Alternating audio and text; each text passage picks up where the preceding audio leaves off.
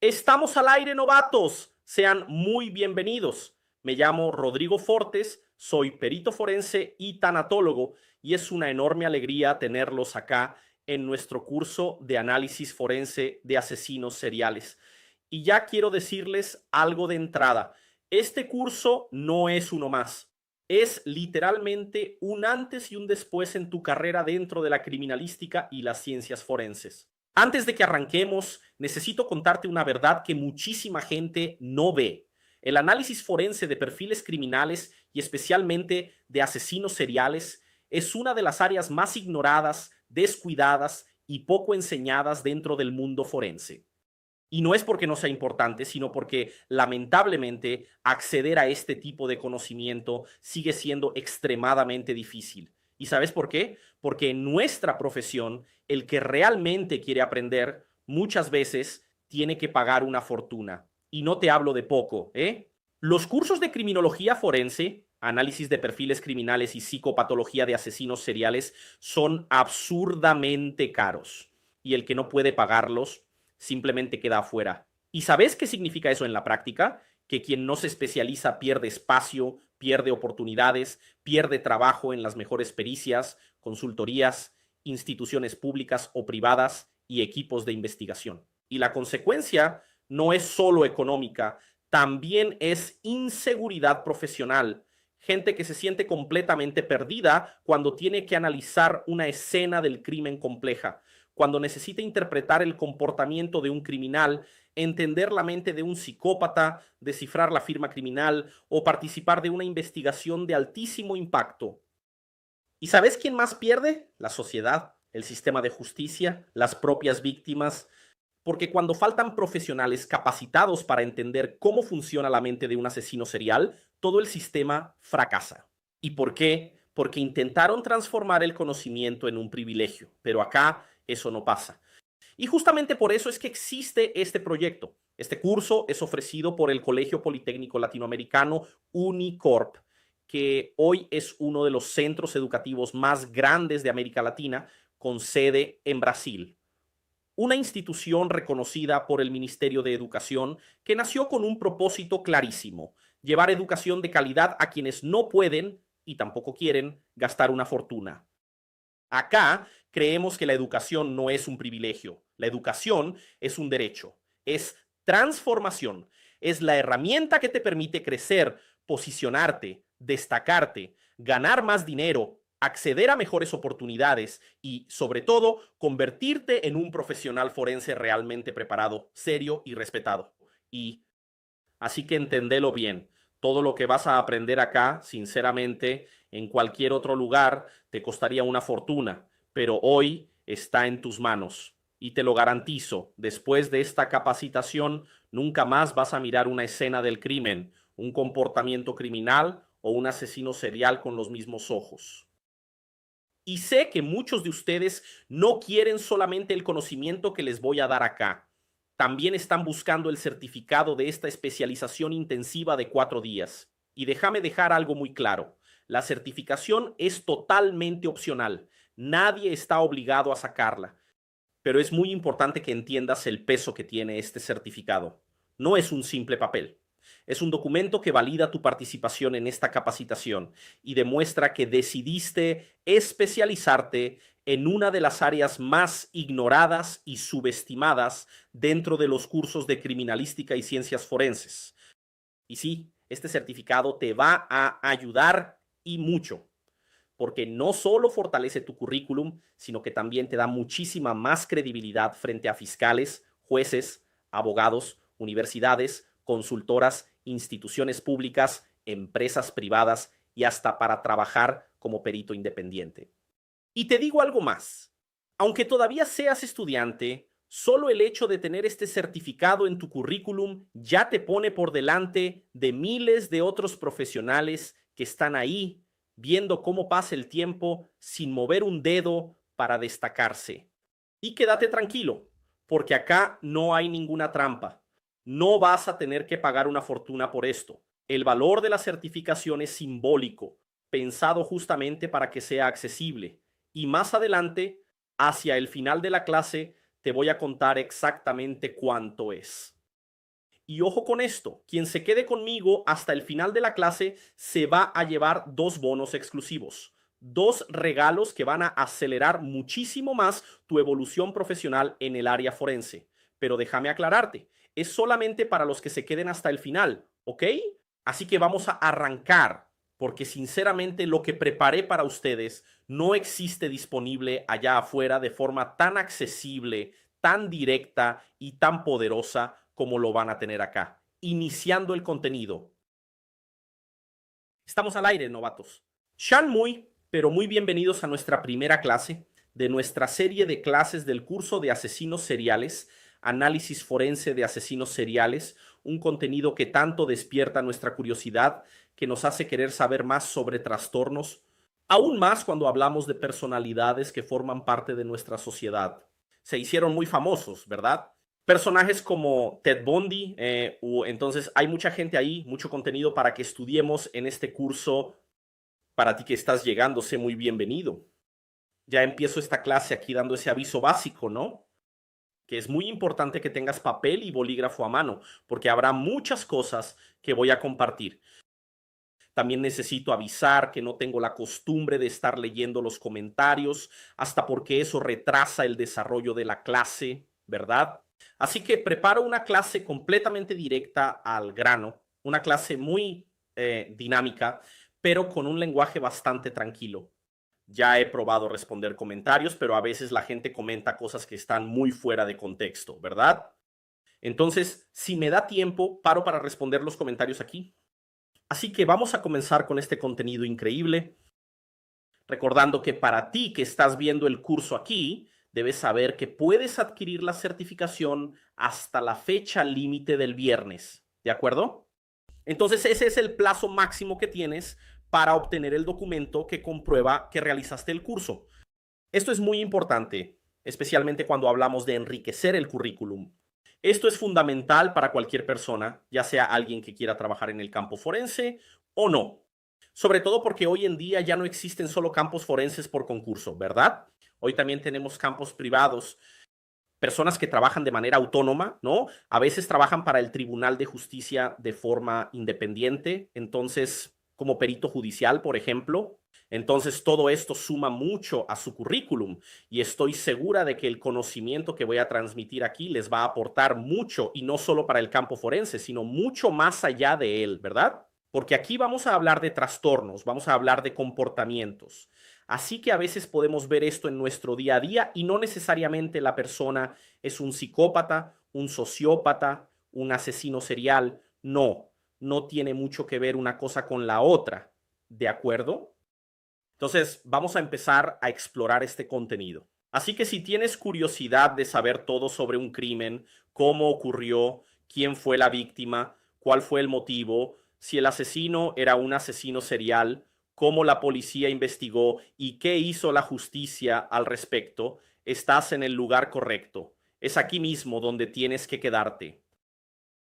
Ingresantes, una cosa es cierta, mucha gente está fascinada por estas historias de crímenes reales y tenemos muchos crímenes reales, ¿no? Tenemos muchos casos extraños que han despertado nuestro interés durante siglos, ¿verdad? Esa curiosidad solo va aumentando con el tiempo. Hoy en día tenemos documentales, tenemos series, podcasts enteros dedicados a hablar de estos crímenes reales, ¿no? Como mencioné aquí sobre el personaje de Ted Bundy, que no es un personaje ficticio, es real, este tipo existió, ¿verdad? Está Jeffrey Dahmer, está John Wayne, entre otros. Entonces, todos estos tipos se convirtieron en tema de producciones de películas, de series, que alcanzaron a millones de personas, millones de espectadores. Y este tipo de contenido realmente capta mucha atención, ¿no? También ayuda a abrir investigaciones, genera dudas, ¿no? Sobre la forma en que se cometió el crimen y por increíble que parezca, incluso ayuda a resolver casos antiguos. Pero entonces puedes decir, Rodrigo, ¿pero por qué nos gusta tanto esto?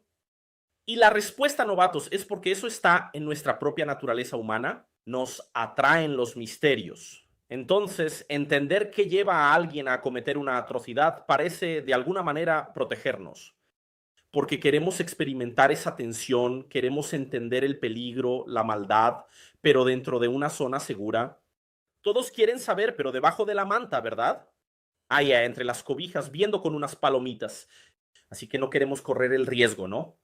Entonces, ver un documental o incluso asistir a una clase como la que están teniendo aquí es una forma de comprender lo inimaginable sin estar corriendo ningún riesgo, ¿verdad? Y esa curiosidad no es nueva.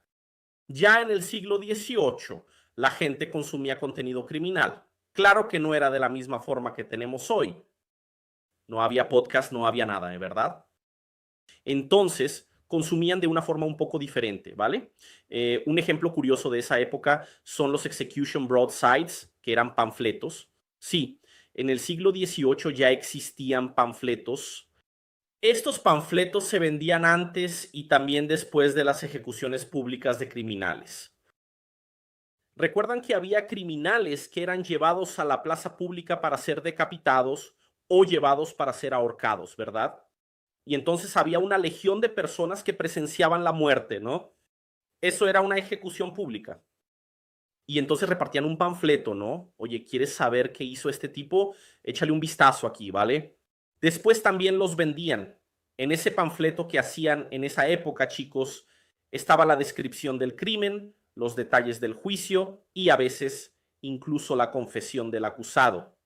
Era el true crime impreso, por así decirlo, del siglo XVIII.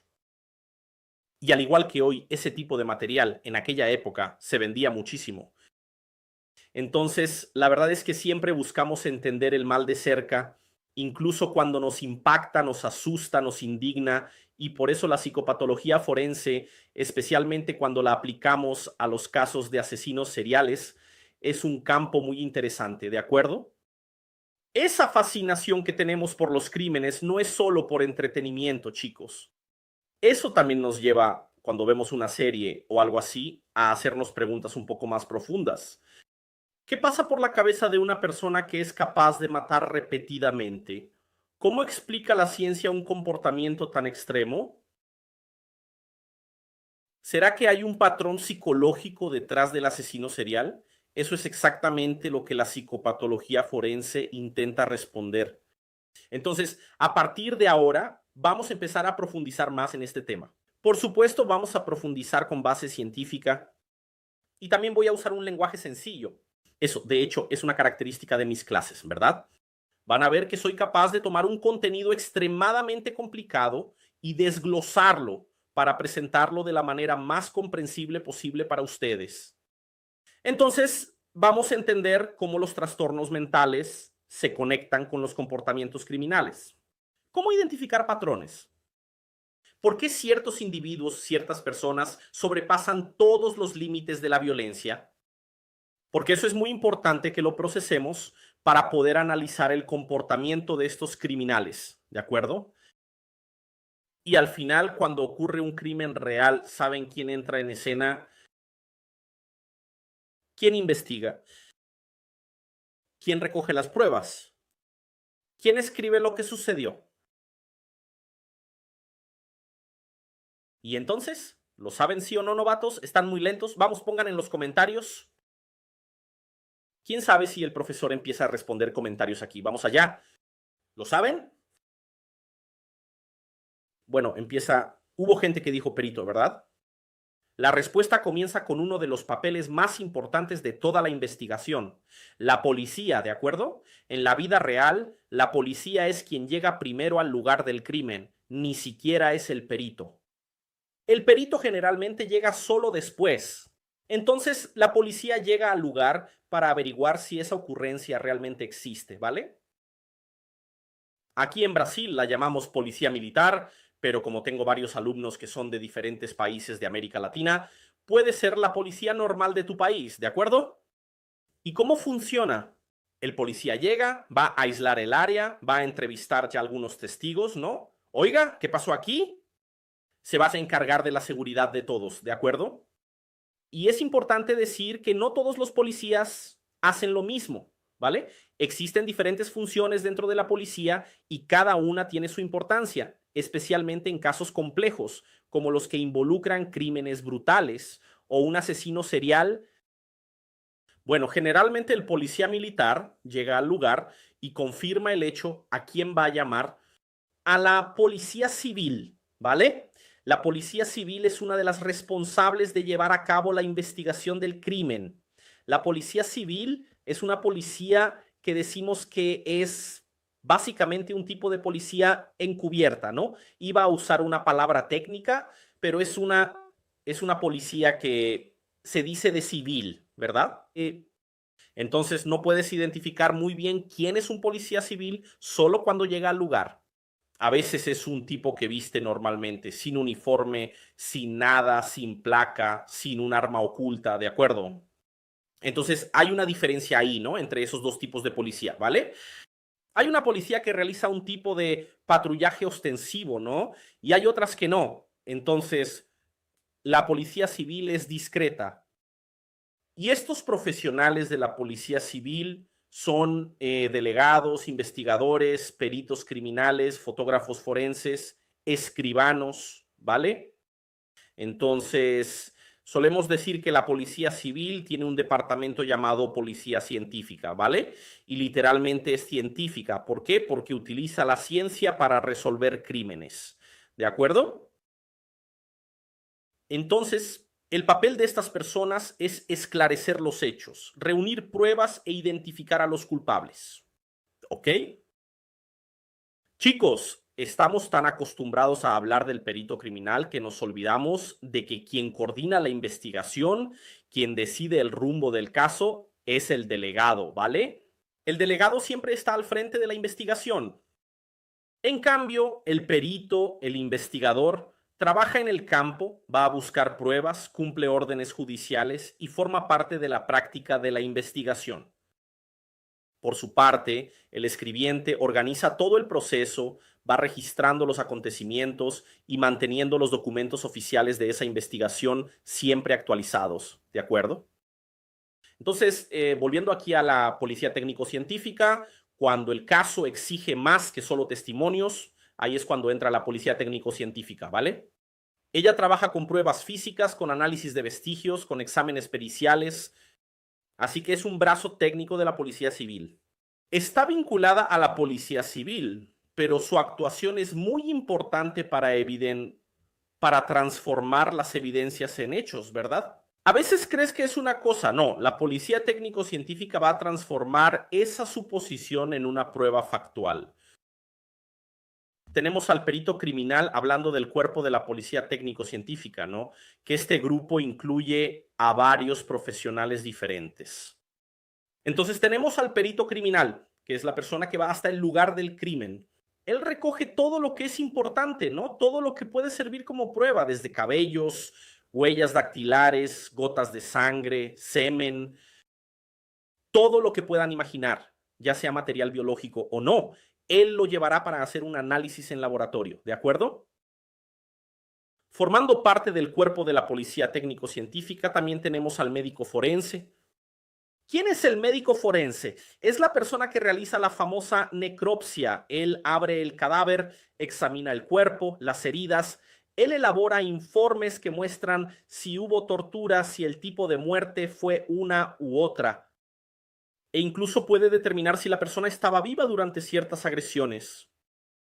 Un buen ejemplo de este tipo de caso es lo que ocurrió con Elise Matsunaga. Fue un informe médico el que ayudó a entender si la víctima fue descuartizada, es decir, si fue descuartizada viva o muerta. ¿De acuerdo? Entonces se emitió un informe al respecto. Él todavía estaba vivo. ¿Ok? Tenemos al odontólogo forense. Odonto te recuerda a qué? Dientes, ¿verdad?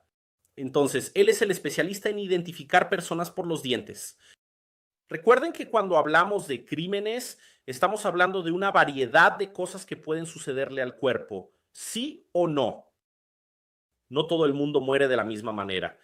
A veces ese asesino serial puede haber quemado a la persona y entonces, ¿qué es lo único que queda? Los dientes, ¿de acuerdo? Porque el material de los dientes es extremadamente resistente, sí, al fuego, ¿vale?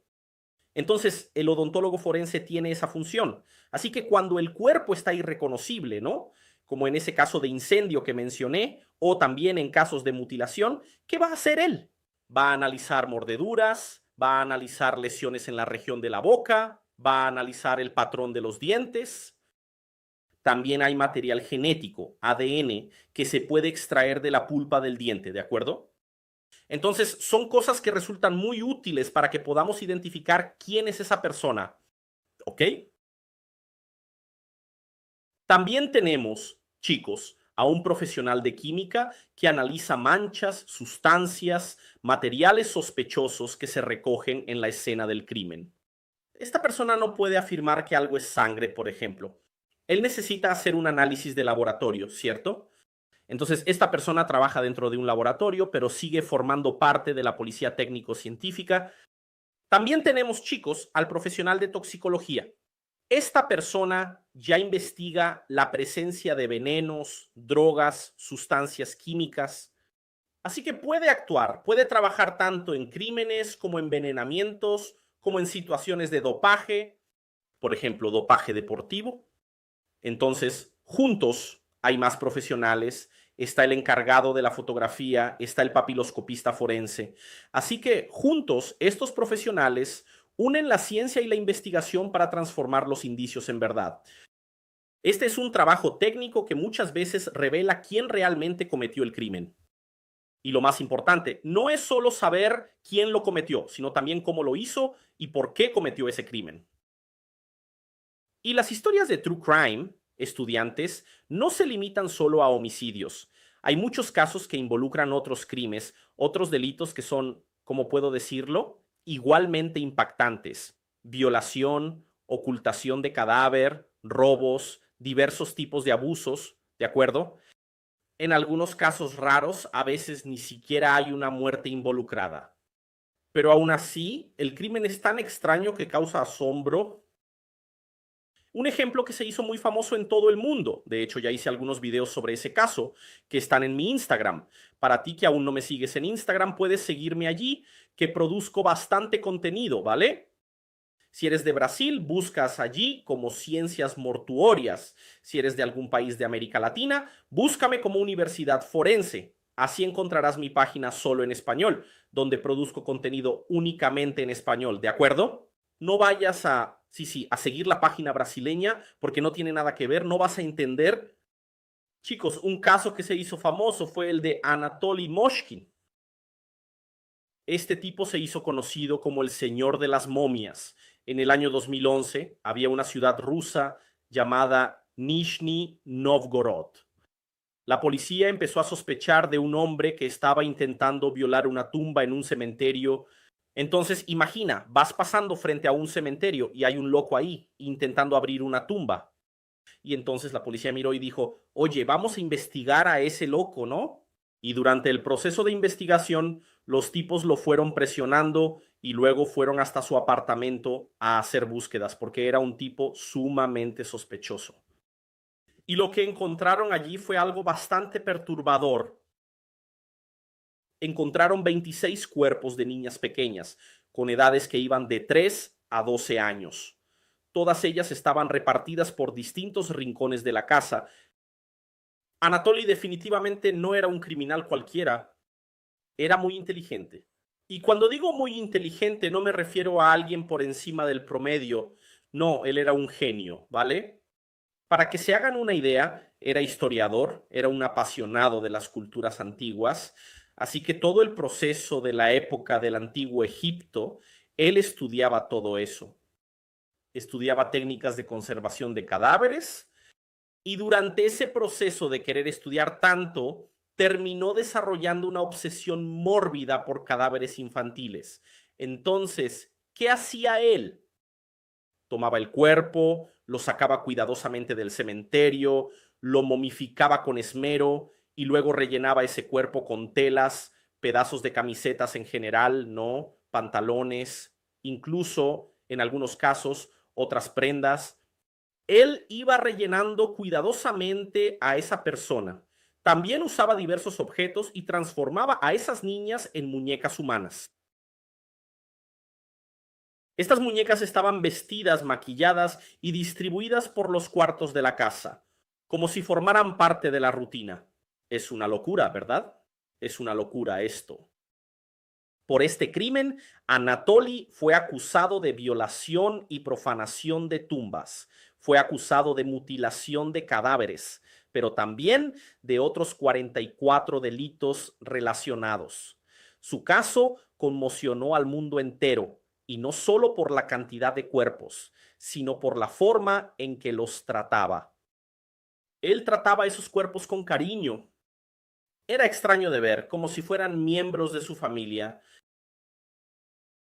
Entonces, Anatoly tenía un trastorno, ¿no? Para que se hagan una idea de cómo funciona esto, ¿no?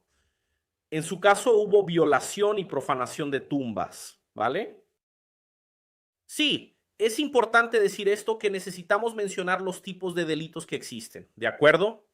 Para que podamos entrar en el concepto de asesino serial, tenemos que repasar los tipos de crímenes que ocurren. ¿Ustedes saben qué tipos de crímenes existen? Déjenme tomar un poco de agua aquí. ¿Está claro para ustedes? Si les pido que me enumeren 10 tipos de crimen diferentes, ¿creen que podrían escribirlos para mí en los comentarios? ¿Sí o no?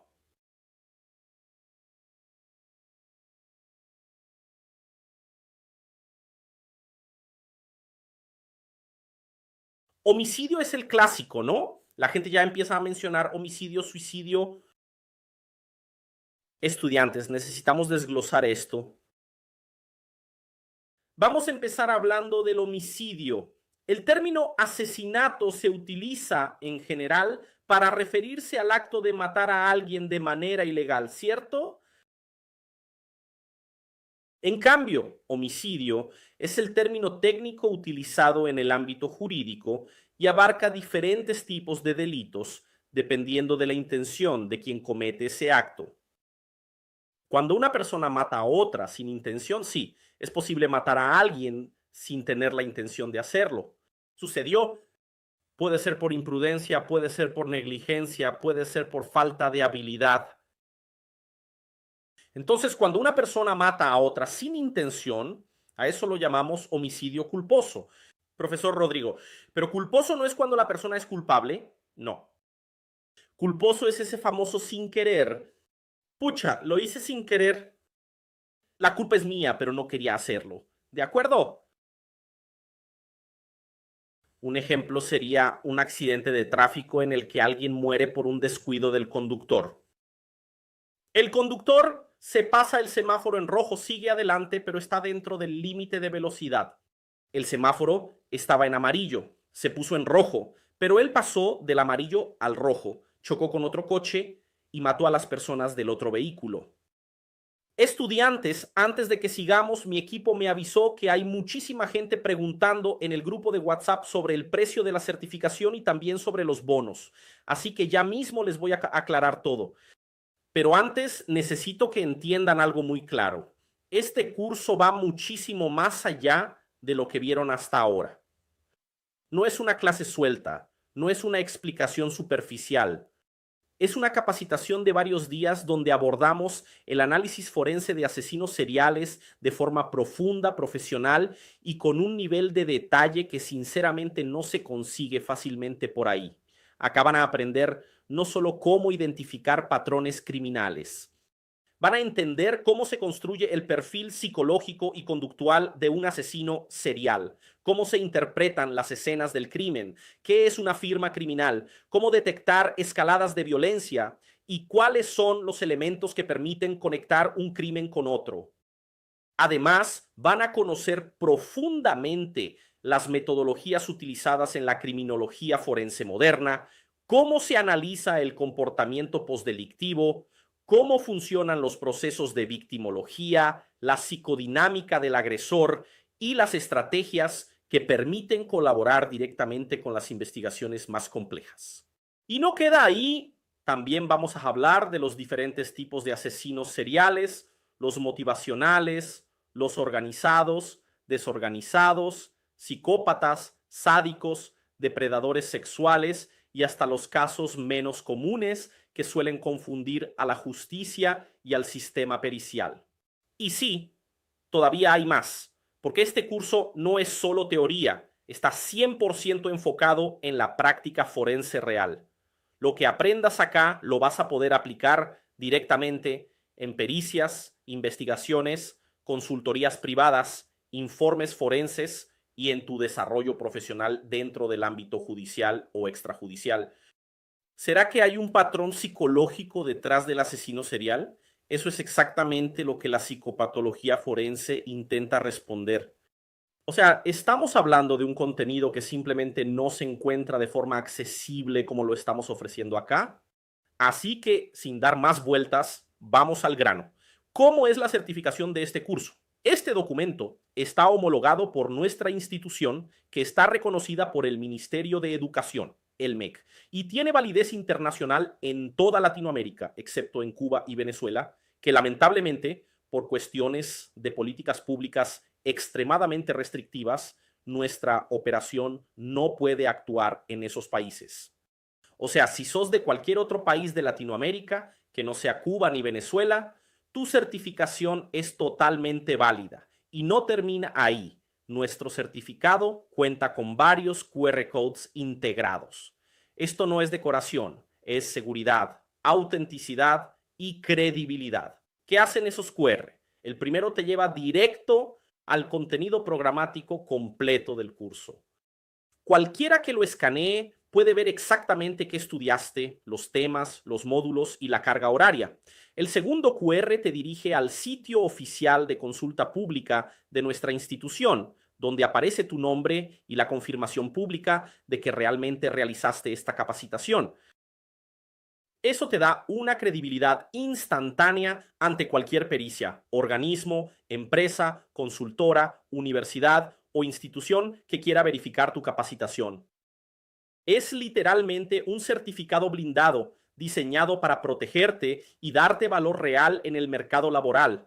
No es ese papel genérico que cualquiera te imprime. Esto es serio, legal, validado, registrado y demuestra tu calificación de manera pública, transparente y absolutamente segura. Por eso, cuando adquirís esta certificación, no te estás llevando un simple papel, te estás llevando una credencial de autoridad que te posiciona como un profesional realmente capacitado, serio y preparado para brindar servicios de análisis criminal, perfilación y apoyo forense donde sea que decidas trabajar. Y ahora sí, necesito hablarte del bono exclusivo que les prometí, que es sencillamente una locura. Y te pido que le agradezcas a la institución, porque fueron ellos quienes trajeron esta oportunidad única para ustedes. Quien adquiera la certificación hoy, durante esta clase, se lleva completamente gratis otro curso a elección. O sea, son 2 cursos, 2 certificados, el doble de formación, el doble de oportunidades en el mercado forense. Esto no es suerte, esto es para quien se mueve, para quien se posiciona, para quien entiende que solo progresa el que invierte en sí mismo. Pero hay un detalle. Mira la cantidad de gente que está ahora mismo conectada en esta clase. Literalmente somos cientos en esta transmisión y siendo completamente honesto con ustedes, es humanamente imposible liberar este bono para todo el mundo. Por eso, los primeros 100 que adquieran la certificación ahora mismo se llevan ese curso extra. Por supuesto, podés elegir no hacerlo y está perfecto. Podés quedarte acá, seguir viendo las clases, descargar los materiales del grupo, pero lamentablemente te vas a perder esta oportunidad gigante que se cierra hoy. En los últimos cursos que hicimos, vendimos el certificado sin ningún bono en cuestión de horas a cientos de personas. Imagínate ahora con este curso extra incluido, así que la oportunidad está abierta. Para ver el valor de la certificación en tu país y en tu moneda, simplemente hace clic en el link que mi equipo dejó fijado en los comentarios. Y también les voy a pedir que ese mismo link lo manden en el grupo de WhatsApp. No pierdas tiempo, porque esta oportunidad no va a durar mucho. Y te juro que estoy deseando que cada uno de ustedes aproveche esto. Y casi me olvido. Cuando hagas el pago de la certificación y garantices la promo de hoy, envíale el comprobante al soporte, el contacto que está en el grupo de WhatsApp. Así agilizamos la emisión de tu certificado. Listo. Retomemos el contenido. Entonces el coche volcó, el coche cayó por un barranco. Entonces, eso fue un homicidio culposo.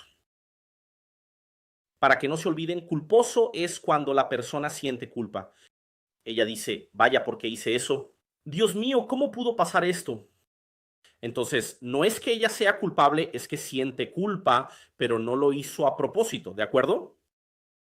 Por otro lado, cuando la persona tiene la intención de matar, entonces el crimen se llama homicidio doloso. Entonces, el dolo es cuando hay una intención clara de ejecutar a otra persona.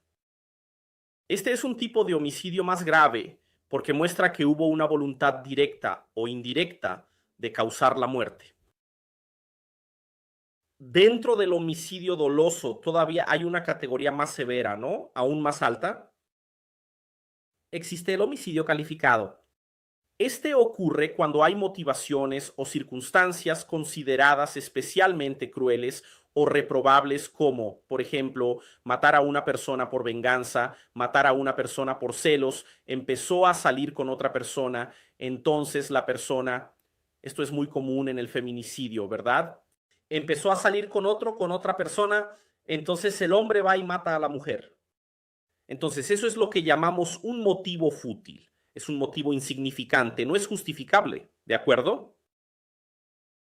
También se considera calificado, chicos, cuando hay uso de tortura o cuando es una emboscada, le mientes a la persona, dices, ah, ven aquí a una fiesta, y cuando llega es una emboscada, lo matan, ¿vale? También se considera calificado cuando hay interés financiero, es decir, mataste a la persona por herencia o por un beneficio económico, porque tenía un seguro y ibas a recibir una gran suma de dinero. Matar para encubrir otro crimen también es calificado. Este tipo de crimen tiene penas mayores, así que calificado siempre implica agravantes mucho más serios, ¿de acuerdo? Cuando hablamos de homicidio calificado, es imposible no recordar el emblemático caso brasileño de la familia Richthofen que ocurrió en 2002, hace ya bastante tiempo, ¿no? Me doy cuenta de que estoy viejo cuando veo que el caso Richthofen ocurrió y yo ya era adolescente. Entonces, estudiantes, sí, todo el mundo recuerda el caso Richthofen, ¿verdad? Tuvimos a Manfred y Maricia von Richthofen que fueron asesinados dentro de su casa mientras dormían y fueron asesinados a golpes de barra de hierro y luego asfixiados con toallas y bolsas plásticas. La policía descubrió durante el proceso de investigación que el crimen fue planeado por Susanne von Richthofen, que era la hija de la pareja, pero ella cometió el crimen junto con su novio y también con el hermano de su novio, ¿verdad? El novio era Daniel Craviños y su hermano era Cristian Craviños. Así que los tres fueron condenados por doble homicidio triplemente calificado. Entonces, mira, ¿qué es un doble homicidio triplemente calificado? Son dos personas que fueron asesinadas. Esa es la parte del doble homicidio. ¿Y cuáles son las tres calificadoras? ¿Es porque hubo tres personas matando? No, es porque se consideró el motivo vil. Es decir, hubo interés en la herencia y oposición de los padres a la relación. Luego tenemos el segundo calificante, que es el medio cruel, y ahí debemos considerar que se usó una barra de hierro y también asfixia, ¿cierto? Y el tercer calificante, que es la imposibilidad de defensa de las víctimas. ¿Por qué? Porque los padres estaban durmiendo. Entonces, este caso, chicos, conmocionó al país, no solo por la brutalidad, porque fue algo absurdo, sino también por el hecho de haber sido planeado por alguien de la propia familia. El profesor puede pedir un poco de agua aquí para el equipo, por favor. Porque si no, esta gargantita aquí no aguanta. Bueno, chicos, ¿recuerdan que hace poco hablé de feminicidio? El feminicidio es siempre cuando una mujer es asesinada por ser mujer, ya sea en un contexto de violencia doméstica o por odio y desprecio hacia su género. Entonces, en estos tipos de casos, siempre estamos ante un feminicidio. Este tipo de crimen es diferente de un crimen común. Por ejemplo, si una mujer muere durante un asalto, eso ya no se considera un feminicidio, porque el motivo del crimen no tiene relación directa con el hecho de que ella sea mujer. En cambio, cuando una mujer es asesinada por una pareja, un excompañero, alguien que la agrede dentro de casa o por cuestiones de género, ahí sí estamos hablando de feminicidio, ¿de acuerdo? Para dar más visibilidad a estos crímenes y aumentar el castigo, aquí en Brasil tuvimos la creación de una ley, que fue la Ley 13104 de 2015, que incluyó el feminicidio como una forma mucho más grave de homicidio dentro del Código Penal. Eso significa que en estos casos la pena para el autor del crimen será aún mayor. ¿De acuerdo? Mucha gente cuestiona por qué existe esta distinción, ¿vale? Ah, Rodrigo, pero ¿para qué tiene que existir el feminicidio? Mueren hombres, mueren mujeres también, hay parejas que matan al hombre. La cuestión, estudiantes, es que los números lo muestran con claridad, ¿de acuerdo? La violencia contra las mujeres es una epidemia en Brasil y es una epidemia silenciosa. Tenemos el Foro Brasileño de Seguridad Pública y dice lo siguiente: más de 1.300 mujeres son asesinadas por feminicidio cada año en el país. De acuerdo con el Atlas de la Violencia de 2020, una mujer fue asesinada cada 2 horas, siendo que el 68% de esas víctimas eran mujeres negras. ¿De acuerdo? Otro estudio, aunque este fue realizado en Estados Unidos, analizó 307 casos de feminicidio y reveló que el 70% de las mujeres ya había sufrido violencia física por parte de su pareja antes del asesinato. Es decir, el feminicidio muchas veces es una etapa final de un ciclo de violencia, de un ciclo de agresiones constantes. Un caso que también marcó a Brasil, que ocurrió allá en Pará, fue poco tiempo después de que la nueva ley entrara en vigor. Había una universitaria que se llamaba Muchas gracias por el agua. Ella se llamaba Ingrid de Casia Israel, tenía 28 años.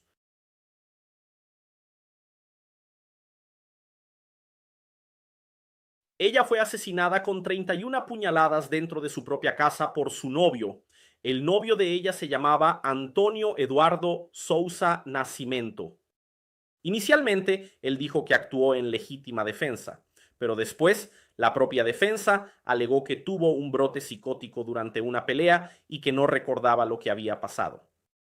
Y entonces, en 2017, fue condenado a 40 años y 4 meses de prisión, también por homicidio triplemente calificado.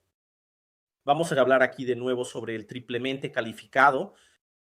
Fue por motivo vil, no hubo una justificación plausible, fue un crimen de feminicidio, ¿no? Un crimen cometido por el hecho de ser mujer en un contexto de relación íntima. Y el tercer agravante, la dificultad de defensa de la víctima. Ella no tuvo oportunidad de protegerse. Sabemos que el hombre es más fuerte que una mujer y así se volvió triplemente calificado.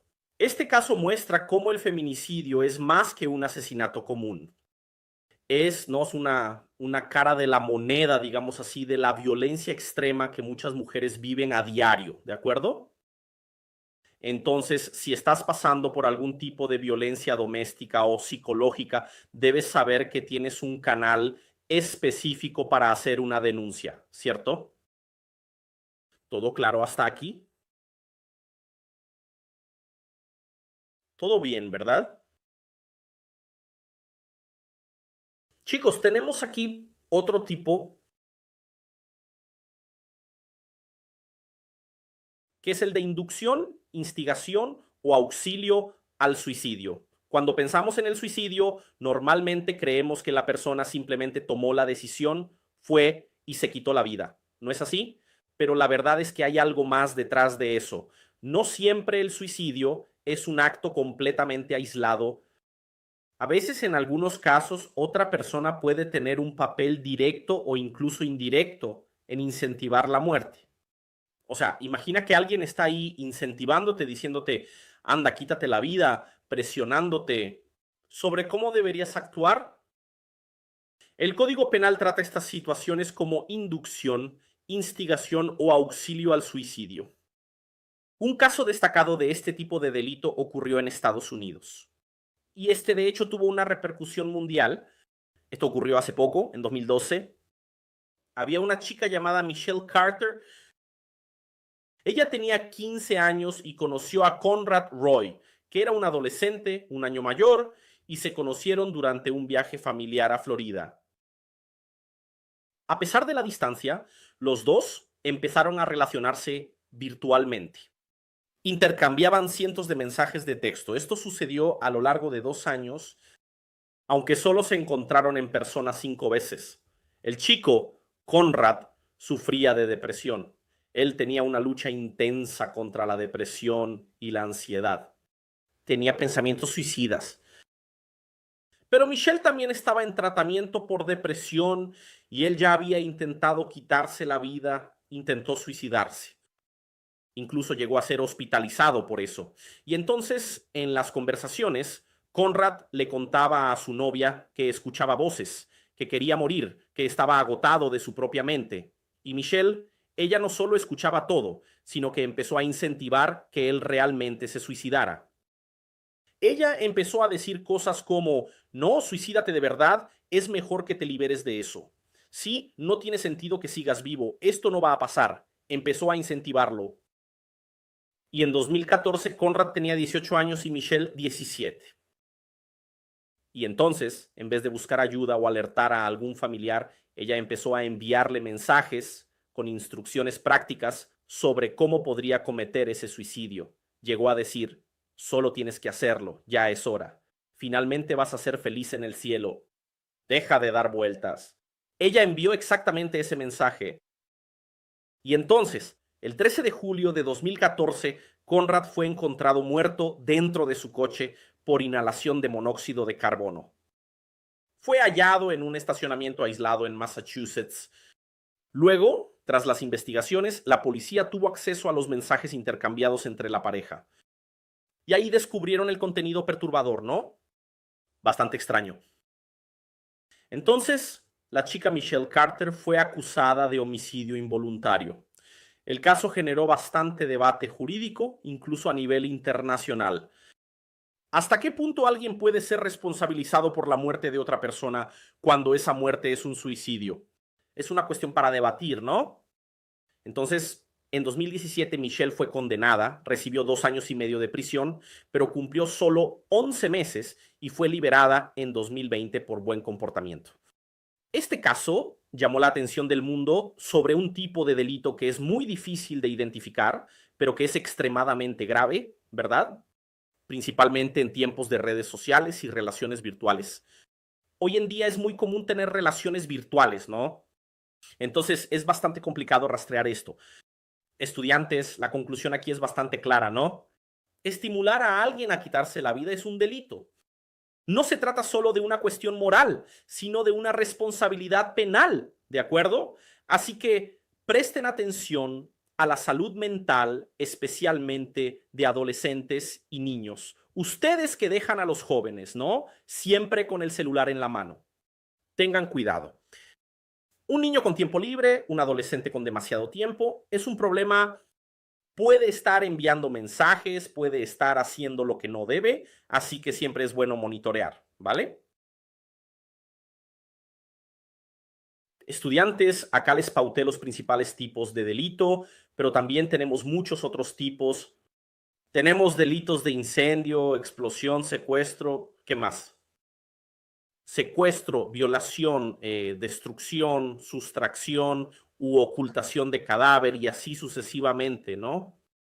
Pero no voy a explicar esos porque son mucho más obvios y no veo la necesidad, ya que podemos aprovechar el tiempo de la clase aquí con contenido de calidad y con un enfoque un poco más práctico, ¿verdad? Entonces, estudiantes, ahora vamos a ver qué es un asesino en serie. Suena un poco obvio, ¿no? Bueno, ustedes pueden decir, el asesino en serie es la persona que mata a otra persona. Entonces, la cuestión es que al asesino serial siempre lo definimos como alguien que comete 2 o más asesinatos en momentos diferentes, pero hay un aspecto bastante curioso. Siempre hay una pausa entre los crímenes. Esa pausa puede ser de días, meses o incluso años. Pero ¿qué es lo importante? Esa pausa muestra que hay premeditación. Es un ciclo de tensión emocional que se repite. ¿Alguien ha oído hablar del FBI? ¿Sí o no? es el organismo que investiga precisamente. Eso, exactamente. Entonces, el FBI lo define de la siguiente manera. Para ser un asesino serial, tiene que haber dos o más víctimas. El crimen se comete en momentos y lugares diferentes. Tiene que haber un intervalo, a eso le llamamos periodo de enfriamiento entre los asesinatos, y puede haber uno o más autores. El motivo más común detrás de estos crímenes, cuando hablamos de asesinos seriales, generalmente suele ser, sí, una cuestión psicológica o sexual. Muchos asesinos seriales matan para satisfacer una fantasía personal o una compulsión interna, y ahí es donde podemos profundizar un poco más en esto, ¿no? Podemos decir que esa compulsión puede estar relacionada con traumas, desviaciones de la personalidad, trastornos mentales graves. De hecho, en nuestra próxima clase voy a hablar solo sobre trastornos. Va a ser una clase bastante interesante. Sí, sí, creo que será una de las clases más interesantes, la más genial, porque van a poder tener una visión de 360 grados de lo que sucede en el cerebro de una persona, ¿de acuerdo? Así que no se pierdan el contenido.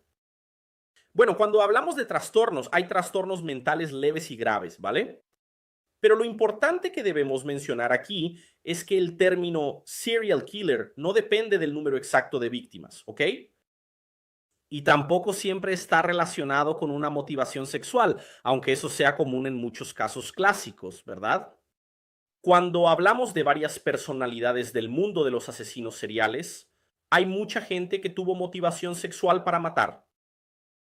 Vamos a hablar aquí de los tipos, vamos, digamos así, ¿no? Los tipos de asesinos seriales que existen.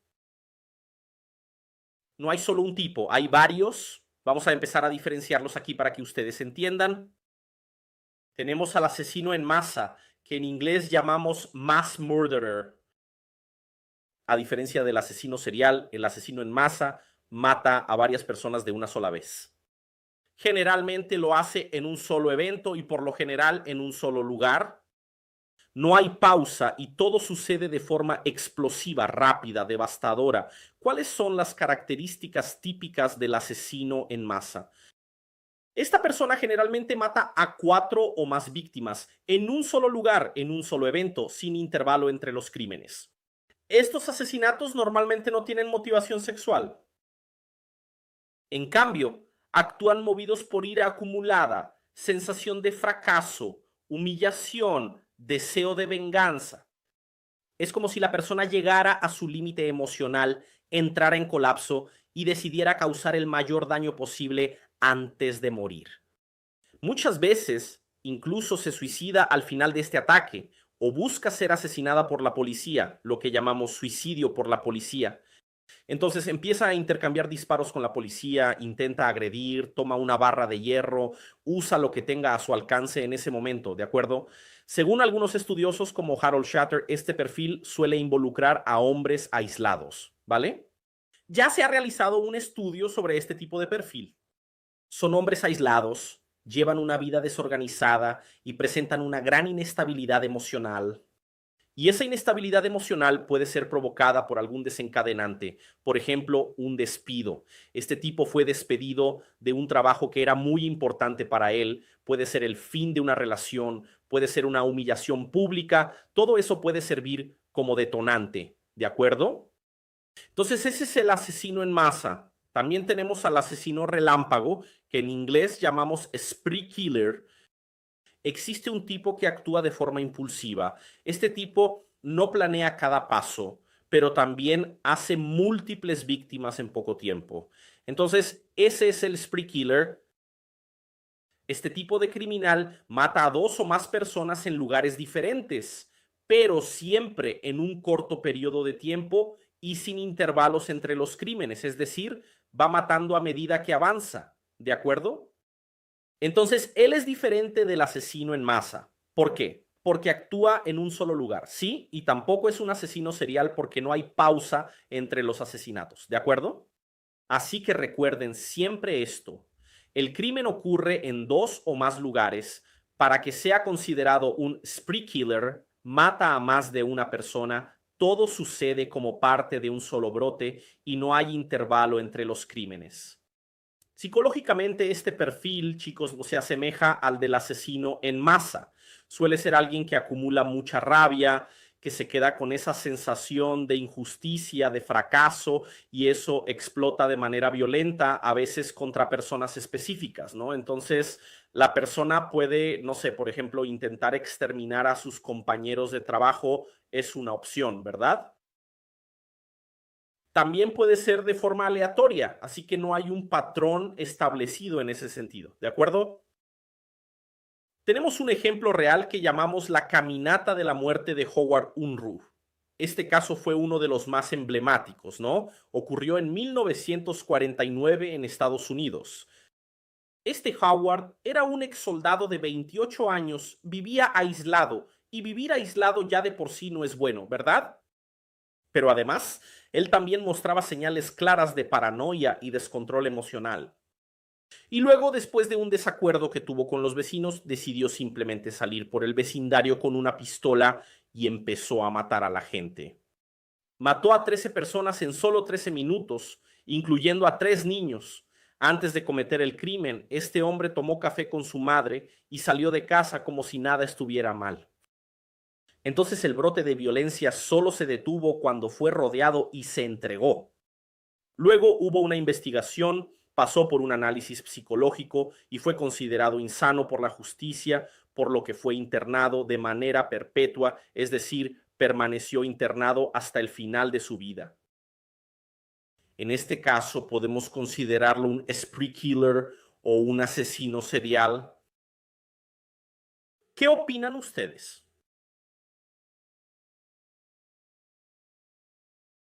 Bueno, esta categoría de la que estamos hablando genera mucha discusión. ¿Por qué? El FBI realizó un simposio sobre asesinos en serie y los especialistas incluso llegaron a proponer que el término spree killer dejara de usarse. ¿Por qué? Porque la única diferencia entre un spree killer y un asesino serial era el tiempo entre los crímenes. Y cuando hablamos de tiempo, eso muchas veces es una cuestión subjetiva, ¿vale? Un buen ejemplo de esto fue el caso de Andrew Cunanan. Fue un hombre que mató a 5 personas en menos de 3 meses, incluyendo a una persona súper famosa, un diseñador llamado Gianni Versace. Los crímenes ocurrieron en diferentes ciudades, pero fueron crímenes con diferentes métodos y en un corto intervalo de tiempo. ¿Este tipo era un asesino en serie o un asesino en masa? Después de mucha discusión, el FBI optó por considerarlo un asesino serial. ¿Por qué? Porque entendieron que sí hubo pausas, solo que fueron pausas más cortas entre los asesinatos. Entonces, esto muestra que la línea entre los perfiles puede ser algo tenue, ¿no? Delicada. Por eso necesitamos entender el comportamiento y los patrones del criminal. Eso es muy importante, tal vez incluso más importante que estar contando la cantidad de víctimas que él, ¿no? hizo y también el tiempo entre los crímenes, ¿vale? ¿Todo claro hasta aquí, novatos?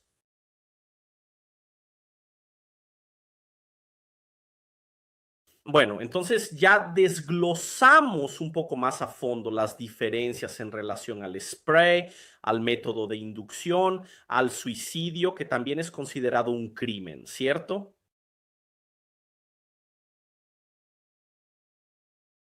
Entonces, ya tuvimos condiciones, de hecho, ¿no? De tener una base para continuar con el contenido. Novatos, en nuestra próxima clase vamos a hablar sobre trastornos mentales y vamos a abordar algunos tipos de comportamientos de estos criminales, ¿vale? Existe una idea común, ¿no? Casi algo genérico de que todo criminal, pensamos eso, ¿no? Que todo criminal es un enfermo mental. Todo asesino en serie es un loco peligroso. Y vamos a ver si eso es verdad. Les voy a mostrar un estudio del Instituto de Psiquiatría de la USP, ¿de acuerdo? Lo que muestran esos estudios. Vamos a hablar de ansiedad. Vamos a hablar de trastornos de la personalidad.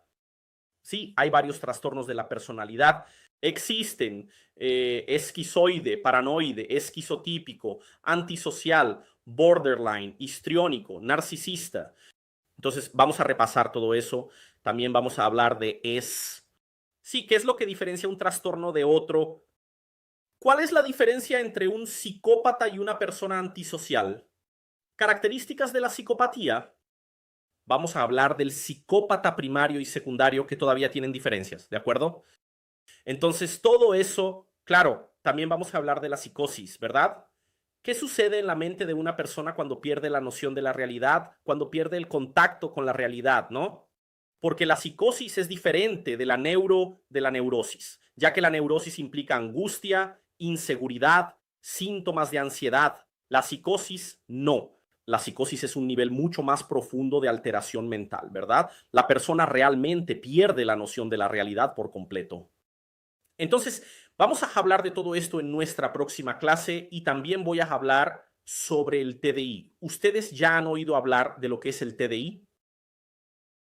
¿Alguien ya vio Fragmentado? Me encanta esa película. Vamos a hablar un poco sobre la película Fragmentado. El TDI, chicos, es el trastorno disociativo de identidad. La película Fragmentado representa muy bien esta cuestión del trastorno disociativo de identidad.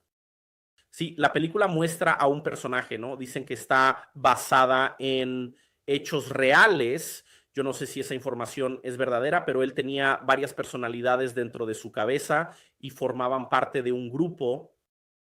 Y entonces había un total de 23 personalidades y había una 24ª personalidad que estaba emergiendo, ¿no? A la que llamaban la bestia en la película, que era casi como una entidad, ¿verdad? Le daba superpoderes a la persona.